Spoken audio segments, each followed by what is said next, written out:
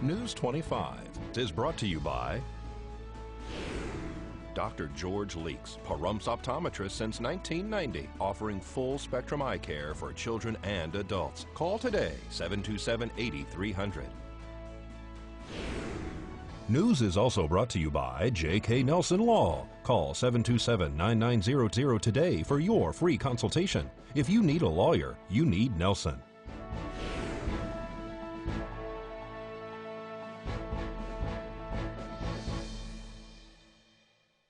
Tonight, one person is in critical condition following a crash, and a famous property is flattened to the ground. News 25 starts now. You're watching KPVM News 25 with Deanna O'Donnell. News 25. Local coverage you can count on. The highway is shut down while 2 patients are attended to at the scene of a crash. It's Monday, June 10th. I'm Deanna O'Donnell. One person was airlifted last night to a trauma center following a high-speed crash on Highway 160. The other driver was taken locally to Desert View Hospital.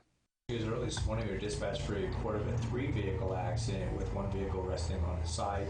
As crews were responding, they were notified the sheriff's officer on location, reporting that one of the drivers was entrapped in his over vehicle, which again was the vehicle resting on the side. Crews arrived, they did a scene size up risk assessment, determined that the vehicle needed to be stabilized quickly, and then an extrication had to be performed by removing the roof of the vehicle. That would gain them the access and extricate the individual from the vehicle. It was 1 person in each of the vehicles, and it was found to be a 2-vehicle accident, not 3. We would just deem it mechanically entrapped because the vehicle had an impact, a significant impact between both what we call an offset head-on collision. So the energy exchange between the 2 impacts caused significant damage to both the vehicles. They were investigating the aspects that it would appear that both passenger sides of the vehicles had sustained the offset head-on collision damage. 1 person was flown to trauma. Mercy Air 21 was added to the assignment. The LZ was established on Highway 160 just south of the accident scene.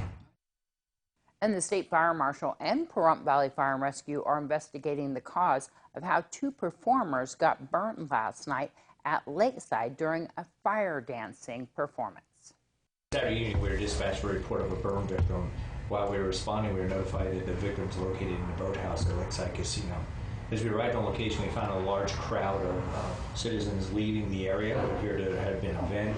We had limited access with our vehicles, so we parked away from the boathouse, made our way down, where we located 2 patients. One had sustained serious burns to a lower extremity, which required flight. Mercy Air 21 was added to the assignment, and that patient was transported from the casino to from the boathouse to Mercy Air 21. The second patient was transported to a local hospital. There was 2 separate injuries. They were unrelated to each other. So during the same performance, 2 people were injured as a result of the activities, and that was, working with live fire.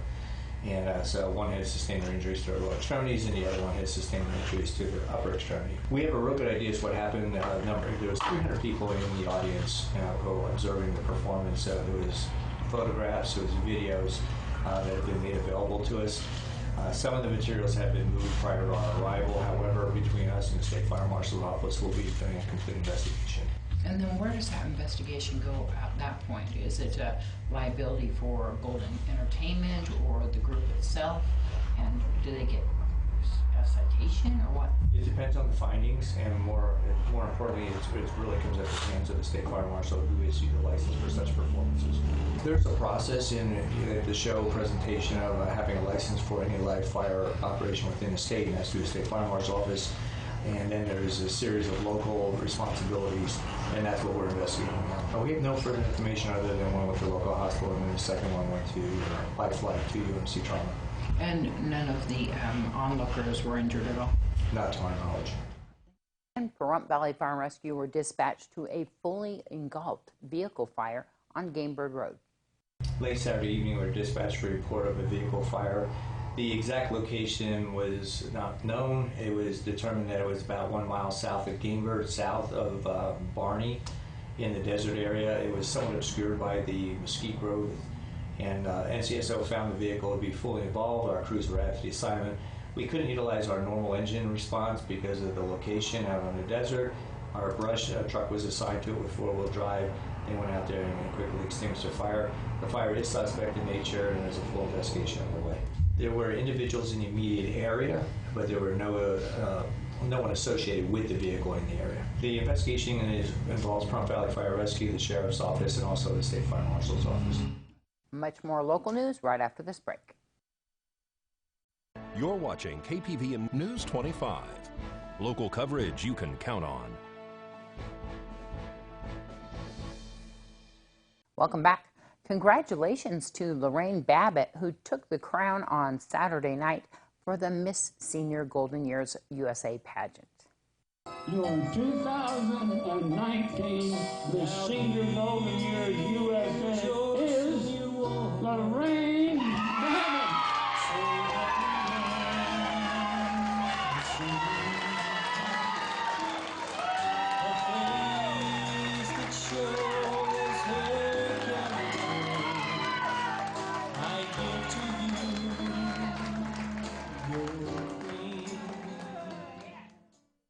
I'm still shaking. I'm shocked, but I'm so happy.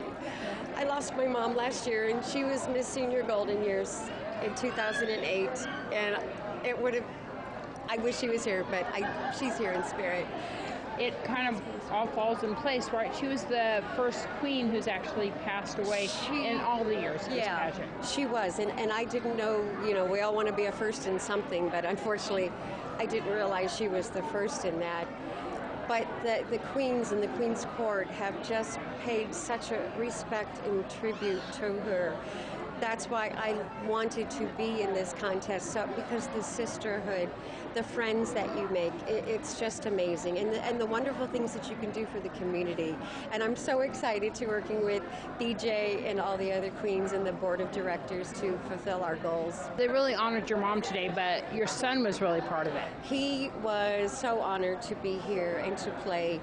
He owes so much of his success to my mother, who nurtured that talent in him, and he is a wonderful musician. I'm not just saying that because he's my son, but you all had a chance to hear him today, and he's pretty good. He's pretty good. He's wonderful. I did not expect this. I didn't see it coming. I know we all want to win it, but at the end of the day, we're all winners, and I have just been with fantastic ladies, and I just welcome them and I love them, and we're looking forward to working together and achieving our goals, and also to having our platforms. Each of us has an individual platform that we will still continue to do. So my platform is a day of retreat for caregivers, that they can come and relax and have fun and just kind of forget about what's going on for the day. And I will do this once a month to start, but if we have more people and we need it more often, we'll do it. It's just a place you can come and have fun, and it's hard being a caregiver. It really is. She's watching from above. I know she is. I think she would just say, just be yourself and have fun. That's what BJ also told us to. Just be yourself and have fun. That's what it's all about. So looking forward to the upcoming year? I am so looking forward to it. I'm just, yes, my mind is racing in 1,000 different directions, but thank you. I'm very, very honored, and I'm just so glad that I can follow in my mother's footsteps and then continue on. And I'm so looking forward, like I said, to working with BJ. So, yeah. Well, the practices. Oh, BJ looks like a sweet little old lady, but, she's a tough cookie. So she makes sure those practices were there. But you know what? It's all done in fun, and we've just all had a fantastic time. We really have. That was a great show. What a moving performance as well. Well, we're going to go to Unette Gentry right now to find out the latest in our courts. In this week's court report, the woman facing felony battery charges after being arrested following reports of a physical altercation between two adult females is scheduled in court June 25th for her arraignment hearing. As of early this month, official charges for K. Frances Brown were still pending in Justice Court. However, when Brown was arrested, she was taken into custody on the initial charges of battery and failure to appear after bail, misdemeanor crime. The woman Brown is accused of battering is her landlord, and they were fighting over utilities. According to responding officers who were first contacted on the phone, they say they could hear the female landlord arguing with Brown, which investigators say sounded like a physical altercation between the two subjects. Then, when officers arrived on scene, they spoke with an adult male witness and two other subjects who were on scene.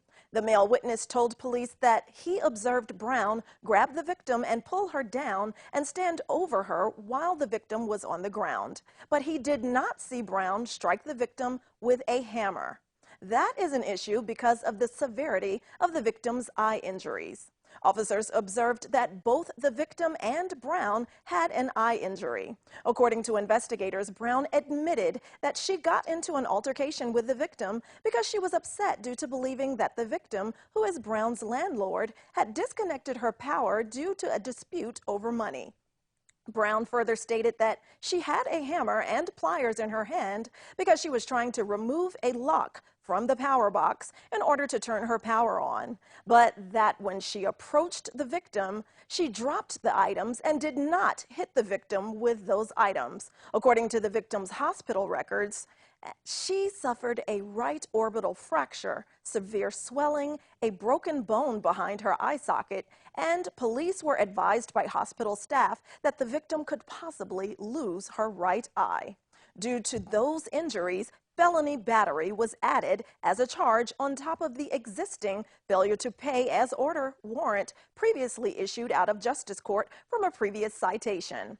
During Brown's first appearance, the court set bail at $10,000, and the court appointed attorney Nathan Gent to represent the defendant. The court released the defendant on her own recognizance, but with the following conditions: no failure to appear, must keep address current with the court, no use of alcohol, marijuana, or illegal drugs, no adverse contact with law enforcement, and no contact with the victim. Notably, the victim's medical records reportedly arrived in the court's evidence room as of early May. Brown will be back in court later this month. This has been your court report. I'm Unette Gentry for News 25. Thanks so much, Unette. We'll have more news, including Business First Brief, right after this break. News 25 is brought to you by Bill and Robin Law, injury attorneys. Injured, need money? Get Bill and Robin, your local Pahrump injury attorneys.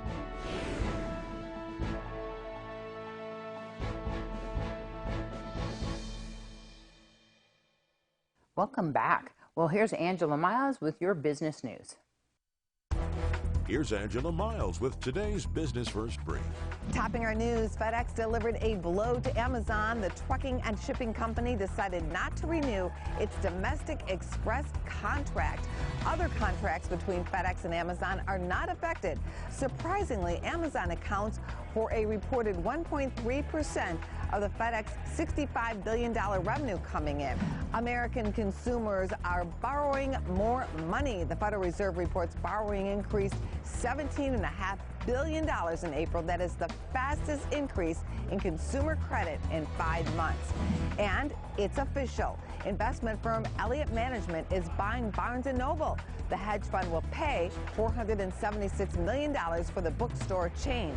Barnes & Noble is the largest bookseller in the U.S. To find out where you can see us every day, go to businessfirstam.com. Well, a property that has been in contention, and a lot of people in town wanted to have it designated historic, has been demolished. The home and the outbuildings on Binion's property on Wilson Road were torn down over the weekend.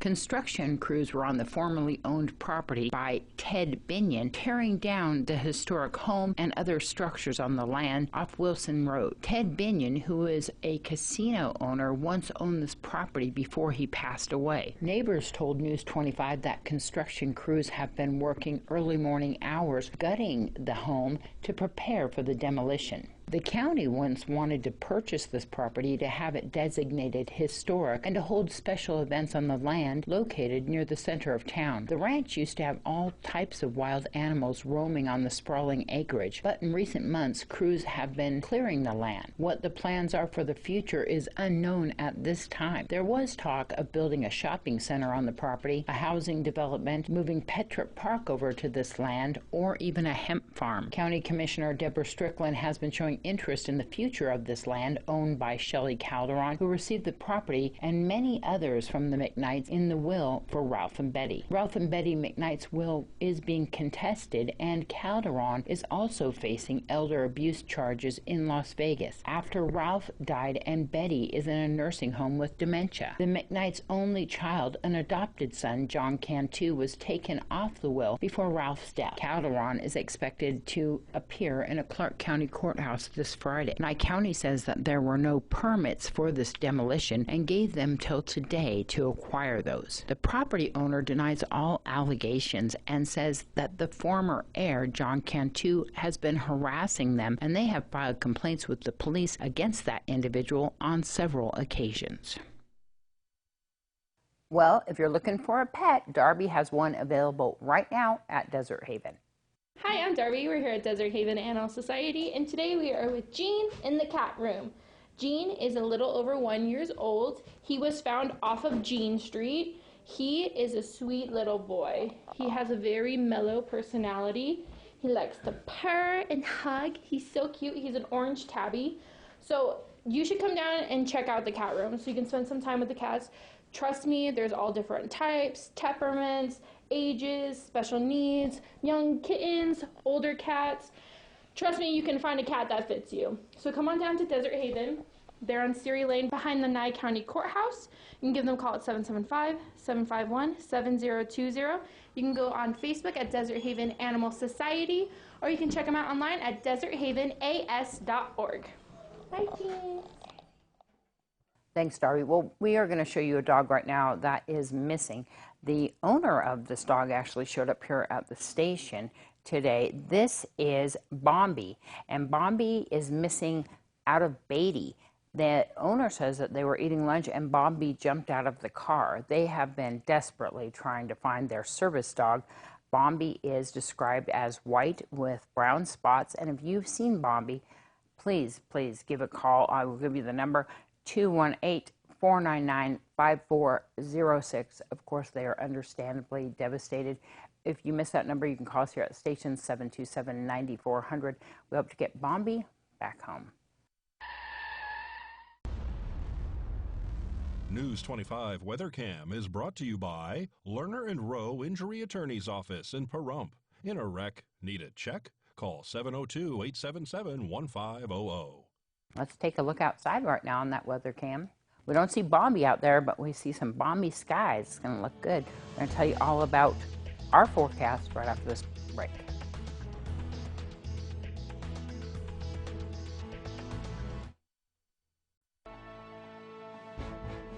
News 25 Weather is brought to you by Dairy Council of Nevada. The splash of cream in your coffee, the dollop of sour cream on your burrito, the melted toasty cheese on your pizza. Undeniably delicious, undeniably dairy. Enjoy what's real. And by Pahrump Rental and Do It Best Hardware. Your friendly small town hardware store. Shop small, shop local.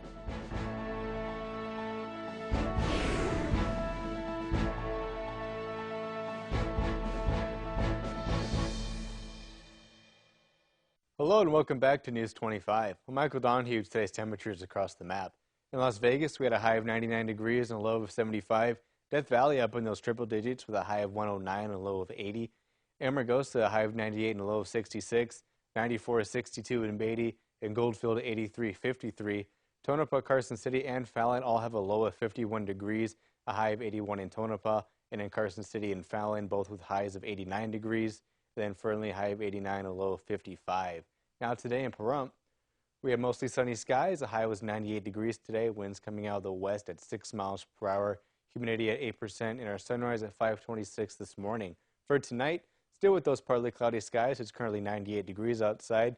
Our low tonight will be 68 degrees. The wind's coming out of the southeast at 8 miles per hour, 12% humidity, and our sunset around 8 o'clock tonight. Now looking ahead to our 7-day, Tuesday and Wednesday, we have some cloudy skies. But then Thursday through Saturday, we're going to clean up just a little bit, some sunny skies. Then next Sunday and Monday, our clouds are going to start rolling right back in.